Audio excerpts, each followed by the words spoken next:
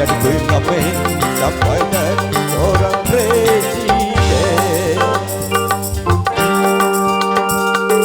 Satu macam cara orang dari makan, dari menjual koran sampai menjual kehormatan.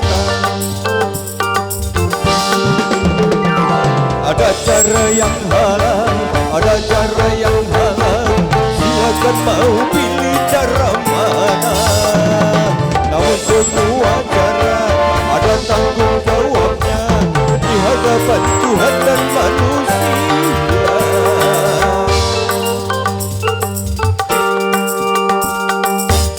Satu macam cara orang cari makan, dari jadi pengamen sampai jadi seorang presiden. Satu macam itu bidang pekerjaan, dari jadi pengamen sampai jadi seorang presiden.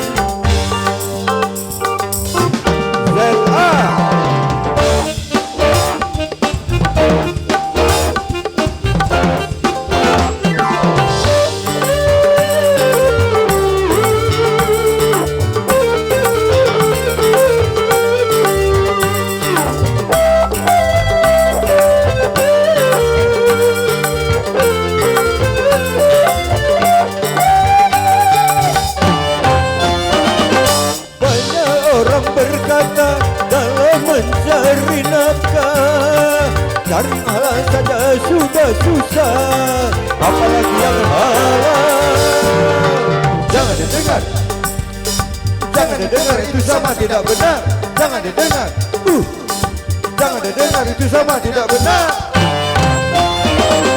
Banyak orang berkata yang jujur pasti hancur, karena zaman kini sudah edan, jujur tidak makan. Zaman yang edan, zaman yang edan, kita jangan jadi setan. Zaman yang edan, zaman yang edan, kita jangan jadi setan. Siapa meninggalkan yang haram karena takut kepada Tuhan, pasti baginya akan digantikan. Rezeki yang halal kan digandakan, insya Allah. Satu macam itu bidang pekerjaan, dari dapur sampai jadi seorang presiden. Satu macam itu bidang pekerjaan, dari menjual koran sampai menjual kehormatan.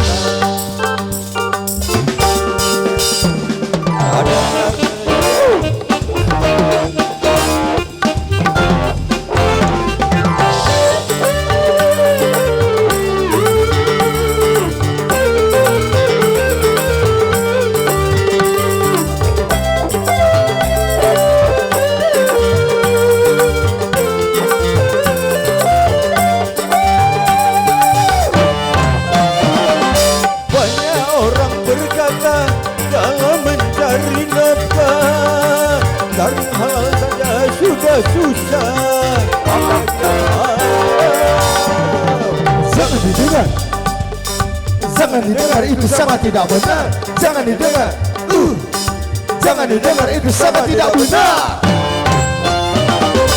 Banyak orang berkata yang jujur pasti hancur, karena zaman kini sudah edan, jujur tidak makan.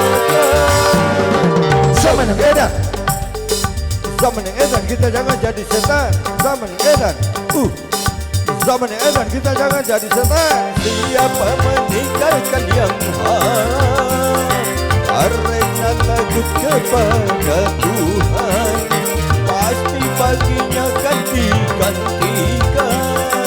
Rezeki yang halal kan digandakan, insya Allah.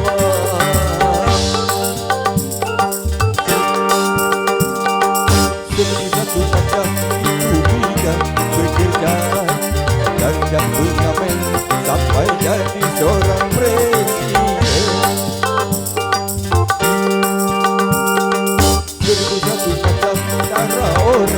dari mana? Dari menjual koran sampai menjual duhur.